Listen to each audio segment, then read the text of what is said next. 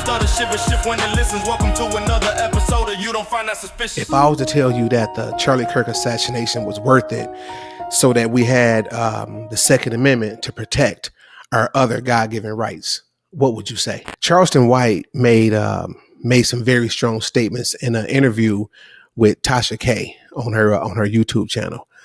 I want you to check it out. But before you listen, I want you to commit to listen to the entire video. I really do. Please do. And I want you to really listen to what he said. And then I'll come back and give you my thoughts. My question is, who tricked us and believed us that death is a bad thing? Charlie was meant to die and Charlie wanted to die. So if I'm a soldier and I go off to war and I die like a soldier in the cause that I die for, why would y'all be sad? If I'm a gangster and I'm playing gangster and I'm a gangster nigga and I die in the streets playing gangster, why would anybody who know I'm a gangster be sad? This is how gangsters die. Charlie Kirk said that we need shootings, we need mass shootings so we can maintain our rights.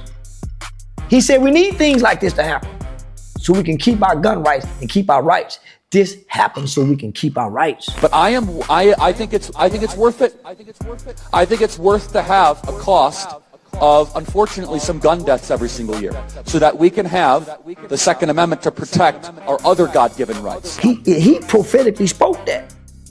So why would you be sad if I speak something to exist and it comes to me? Why would you be sad? If I die right now in a hotel with 3-4 hoes naked, with that pink cocaine they say did in them guys, don't y'all be sad? I died doing what I want to do. So Charlie spoke this and said that he didn't have sympathy for the other victims who was once. See what I'm saying? And a lot of them are kids. See what I'm saying? So he said, children, not adults. I think more children die from he said no matter how horrific it is, he don't condone it, don't agree with it, but we need these things have to happen.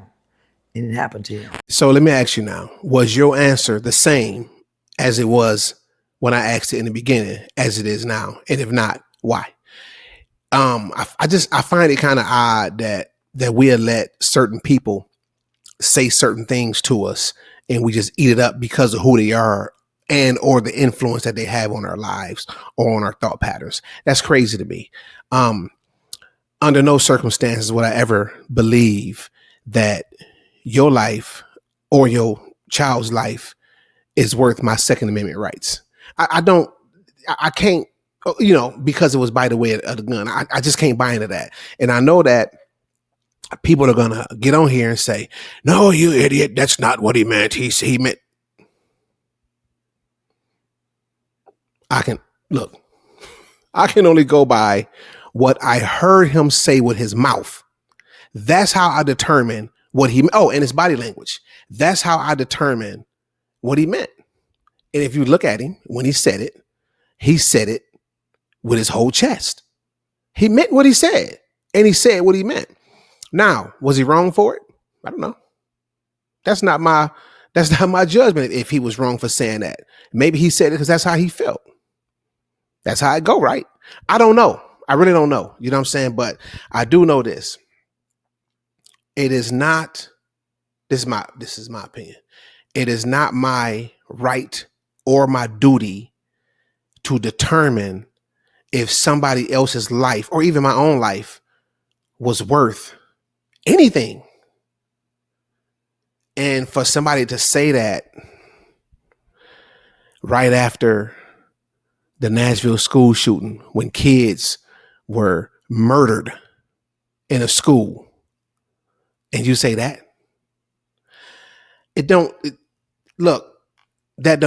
add up. But look, so for all the naysayers, I want to ask you a question, a very serious question. Do you believe that somebody else's life, especially these kids, is worth it by the way of a gun so that you can have the Second Amendment to protect your other God-given rights? Now, before you answer that question, I want you to think about it. Think about what you say before you say it. We make the system start to shift when it listens. Welcome to another episode of You Don't Find That Suspicious.